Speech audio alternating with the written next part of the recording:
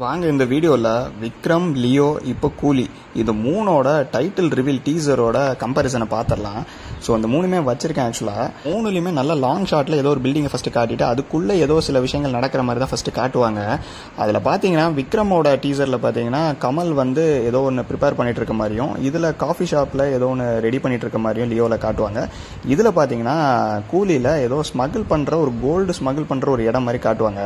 இதில் முக்கியமான சேஞ்ச் கவனிச்சிங்கன்னா ஃபஸ்ட்டு விக்ரமில் வந்து கமல் மட்டும்தான் ஃபஸ்ட்டு ஸ்டார்டிங்கில் இருக்கும், லியோவில் பார்த்தீங்கன்னா விஜய் மட்டும்தான் இருக்கிற மாதிரி இருக்கும். ஆனால் இங்கே பார்த்தீங்கன்னா ரஜினி ஃபஸ்ட்டு காட்டாமல் அந்த ரவுடி கும்பல் அவங்கள தான் ஃபஸ்ட்டு காட்டுறாங்க. மற்ற இதிலலாம் பார்த்தீங்கன்னா விக்ரம்லேயும் லியோலையும் கமலும் விஜயும் ஒரு இடத்துல இருப்பாங்க, அவங்கள தேடி ஒரு கும்பல் வருவாங்க. அது வில்லன் கும்பலாக இருக்கலாம், ரவுடி கும்பலாக இருக்கலாம், அவங்கள தேடி வருவாங்க. ஆனால் இந்த இதில் ஒரு சேஞ்ச் எப்படி இருக்குன்னு பார்த்தீங்கன்னா ரவுடி கும்பலெல்லாம் இருக்கிறாங்க, ஆனால் அதில் வர்றது பார்த்தீங்கன்னா ரஜினி தான் அவங்க இருக்கிற இடத்த தேடி வர மாதிரி இருக்குது. அந்த மூணுலேயுமே ஒரு சில விஷயங்கள் பார்த்தீங்கன்னா மூணுலையுமே ஒரு சிங்கிள் ஐ ஷாட் மாதிரி ஒன்று வச்சுருப்பாங்க. இதில் 2 ஐ ரஜினியோட ஐ தெரிகிற மாதிரி ஒரு ஷாட் வச்சுருக்காங்க. அதில் கமலோட சிங்கிள் ஐ கன் அந்த நைஃப் எடுக்கும்போது வரும். இதுலேயுமே விஜயோட இது வந்து லியோவில் வரும். இதில் அந்த டோரோட ஒரு ஓப்பனிங் காட்டும் போது ரஜினியோட கண் வர மாதிரி இருக்கும். அண்ட் மூணுலேயுமே டிஃப்ரென்ஸ் என்னென்னா ஏதோ ஒரு விஷயங்களை அவங்க எதிரியை அழிக்க போகிற மாதிரி தான் இருக்கும். அதில் விக்ரமில் பார்த்தீங்கன்னா எல்லோரும் வந்துட்டு அழிக்க போகிற ஸ்டார்ட் பண்ணுற மாதிரி அந்த டீசரில் காட்டியிருப்பாங்க. லியோலையும் இதே மாதிரி தான் எல்லாத்தையும் ப்ரிப்பேர் ஆகிட்டு எதிரிகள் கூட்டமே வந்து நிற்கும் போது போய் அடிக்க போகிற மாதிரி இருக்கும். ஆனால் இந்த கூலி டீசரில் இதில் ஃபைட் சீனே காட்டுற மாதிரி தான் அவங்க காட்டியிருப்பாங்க.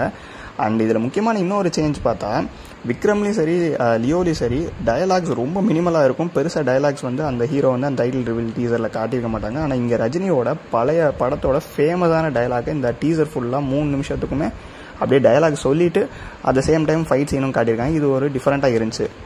ஆனால் இதில் முக்கியமான விஷயம் என்னென்னு பார்த்தீங்கன்னா விக்ரம்லேயும் சரி லியோவிலையும் சரி பிஜிஎம் அனிருத்தோடது ரொம்பவே சூப்பராக இருந்துச்சு. ஆனால் எனக்கு பர்சனலாக இந்த கூலியோட டைட்டில் ரிவீல் டீசரோட பிஜிஎம் அந்தளவுக்கு செட் ஆகலை அப்படிங்கிற மாதிரி தான் தோணுச்சு. அந்தளவுக்கு பவர்ஃபுல்லாக இல்லை, ரொம்ப கேட்சியாக இல்லை ஆக்சுவலாக. அதை தவிர மற்றபடி எல்லாமே ரொம்பவே சூப்பராக இருந்துச்சுன்னு தான் சொல்லணும். ரஜினியோட ஸ்டைலாக இருக்கட்டும், அந்த டீசரோட மேக்கிங்காக இருக்கட்டும், அது எல்லாமே நல்லா இருந்துச்சு. அந்த கோல்டை ரொம்ப அட்ராக்டிவாக காட்டுறக்காக பின்னாடி இருக்க கலரெல்லாம் கொஞ்சம் குறைச்சிட்டு நல்லா பிளாக் அண்ட் ஒயிட்டுக்கு நிறைய சீன்ஸ் கொண்டு போயிட்டு அந்த பக்காவாக கோல்டை நல்லா பளிச்சுன்னு காட்டியிருக்காங்க. மற்ற டீசர் ரொம்ப கலர்ஃபுல்லாக இருந்துச்சு. பட் இந்த டீசர் வந்து சுற்றி பிளாக் அண்ட் ஒயிட்டாக காட்டிட்டு அந்த கோல்டை தான் அவங்க ஸ்பெசிஃபை பண்ணுறாங்க. ஸோ இதில் டைம், வாட்ச், கோல்டு இதை பேஸ் பண்ணி தான் ஸ்டோரி இருக்கும் அப்படின்னு தான் நினைக்கிறோம். ஏன்னா அந்த ப்ரெமிஸை வந்து அவங்க ப்ராப்பராக செட் பண்ணுவாங்க ஒவ்வொரு டைட்டில் ரிவீல் டீசரில். விக்ரமில் ஒரு மாதிரி ஒரு சீக்ரெட்டான இது அப்படிங்கிற மாதிரி காட்டியிருந்தாங்க, லியோவில் ஒரு காஃபி ஷாப், சாக்லேட் அந்த மாதிரிலாம் காட்டியிருந்தாங்க. இதில் கோல்டு, டைமு, வாட்ச் இப்படி தான் காட்டியிருந்தாங்க.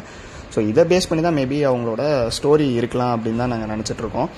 ஸோ மூணுமே நல்லா தான் இருந்துச்சு. உங்களோட பெர்ஸ்பெக்டிவ் எப்படி இருக்குன்னு சொல்லி கமெண்ட்ஸில் மறக்காமல் சொல்லுங்கள். அந்த சேனலில் ஆல்ரெடி வந்து விக்ரம் vs லியோ ப்ரோமோவும் ஆல்ரெடி போட்டிருந்தோம். அதை நீங்கள் செக் பண்ணலாம், இந்த டிஸ்கிரிப்ஷனில் போகிறேன், அதையும் செக் பண்ணிக்கோங்க.